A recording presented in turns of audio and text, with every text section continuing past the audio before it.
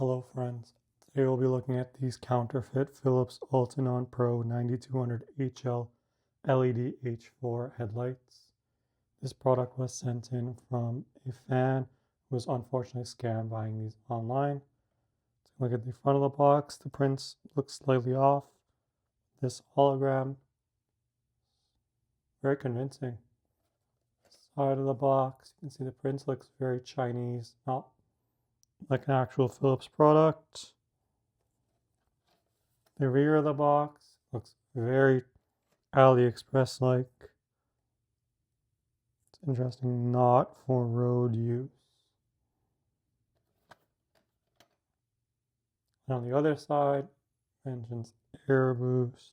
Not sure if this is actually like a replica of a real box or just something that they made up. So I don't have the actual product to compare it to. Most buyers won't. Bring the box up. See, it's very obviously a counterfeit.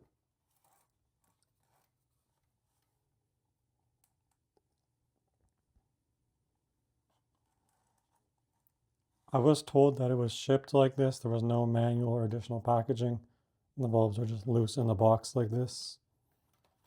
Of course, two bulbs. In the box, nothing else really. Master the light, defy the dark. I'm not sure why they'd bother printing down there, but who cares? And over here, this QR code does actually take you to the Philips website. And it tells you not to touch the LED.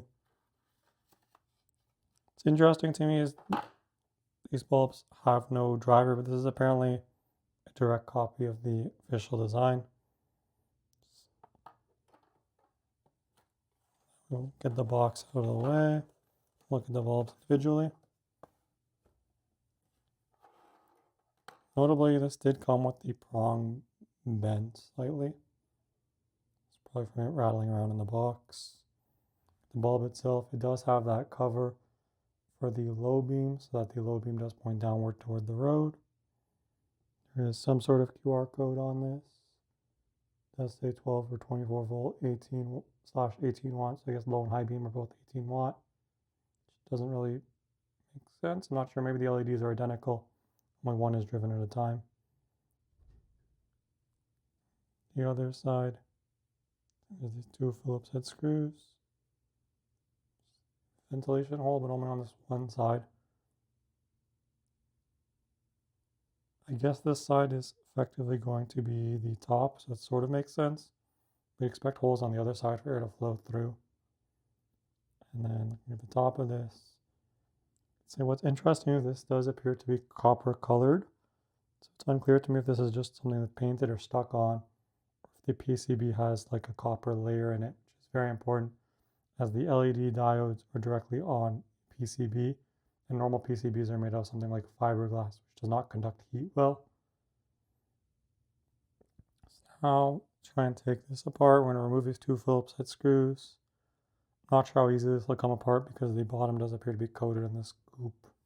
When deciding which Phillips bit to use, we're going to try them largest to smallest. Nope.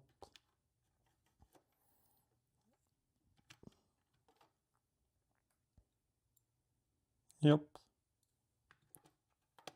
Screwdriver.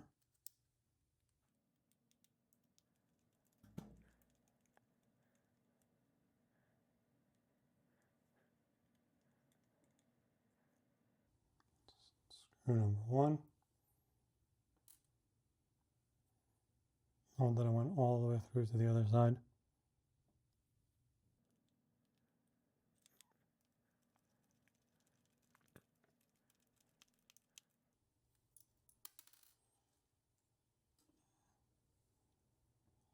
Screw number two.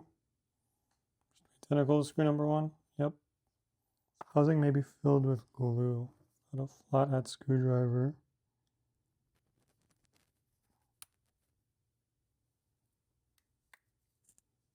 Well, there we go.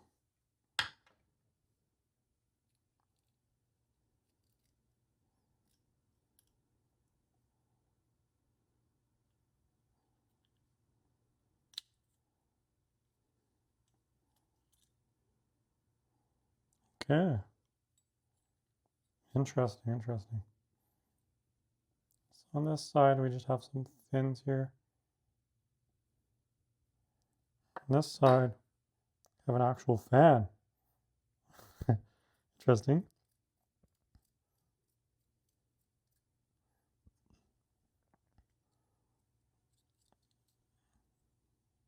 This fan has two wires going to it. I wonder if it runs continuously or based on temperature. I'm not sure. Bottom of the board, some circuitry down there.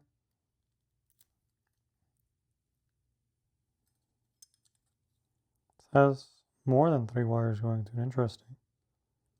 Appears to be 4 wires.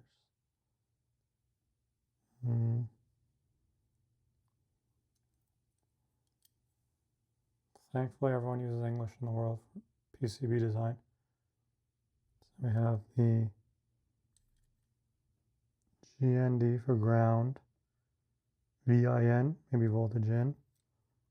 On this side, we have HB, which I'm not sure what it is. COM, which normally would be communication.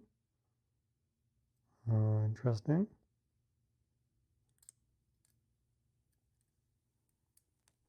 Let's see if we can try and remove some of this. Yeah, whatever. Some components down there. I don't figure what they are. And the board itself. 2 LEDs on this side. See if the board is fixed. Well, yeah, there's some sort of thermal and conductive compound on it. It's pretty surprising.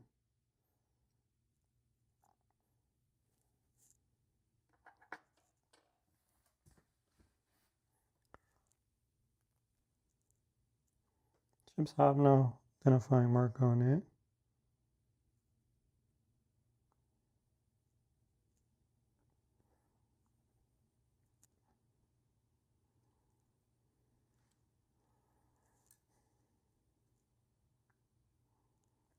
COM, ground, and voltage in. Okay. Let's try and scratch the copper looking portion.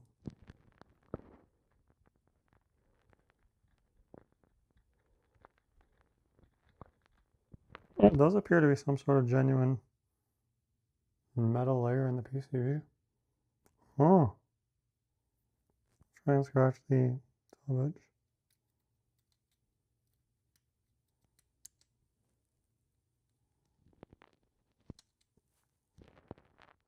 Hard to say.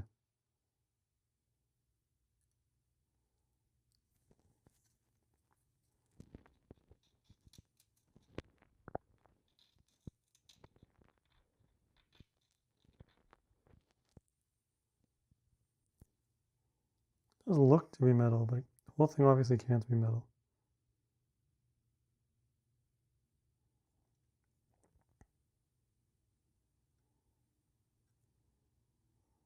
I wonder if that serial number goes anywhere.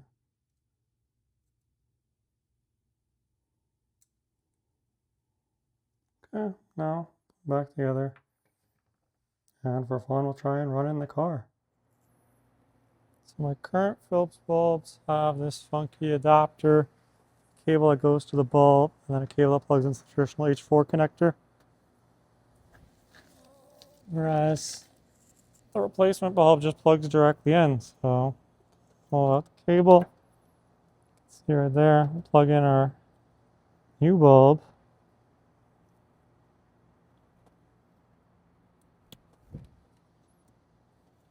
And we'll try and turn them on. Parking lights. Low beam. Maybe they're actually pretty bright. Huh. Yeah. And the high beam.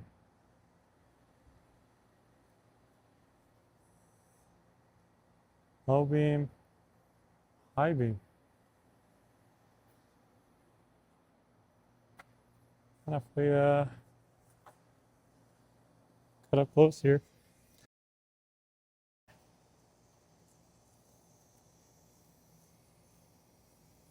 Yeah. You hear that fan? It does work. Can't really feel the air though. Wonder how well the fan actually works if the inlet is the housing, if there's no air coming into the housing. Where does air come into the housing? I don't know. Weird. And for reference, because of ambient light and stuff, here's what my low beam looks like.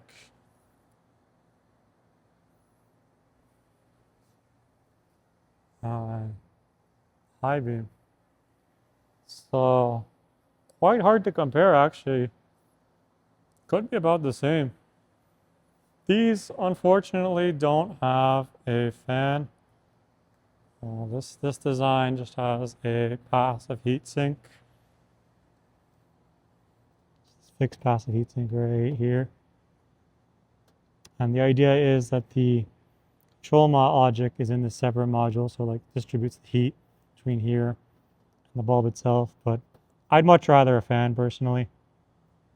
You know, you can also see that the tighter I make this, provides force against the dust boot, which I haven't removed,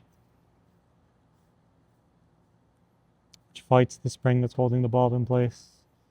Not sure if I should get rid of the dust boot or not. I imagine Mitsubishi included it for a purpose, so I've left it in. But yeah, thank you for watching. And who knew counterfeit bulbs could be such good quality? Would have never guessed. Superior optical performance automotive LED chip may be true. For fun, I thought we would scan the QR code in the box. Here's a screen recording of me using the iPhone camera app to scan the QR code. A lot of people don't realize that anybody is able to create a QR code and can point it to any website. So in this case, the QR code takes us to the official Philips installation guide. This photo is from the official Philips marketing material. Apparently, the fan is supposed to exhaust out the front of the bulb, and that's supposed to heat up the housing, allowing snow and ice to melt. But what's very funny to me is the photo is of a projector headlight, and that projector would be catching all of the heat. I don't think much would make it to the outer lens. Additionally, headlights are fairly well sealed. I don't think exhausting into a headlight housing is a valid strategy for cooling anything, because I don't see how the air would leave that housing.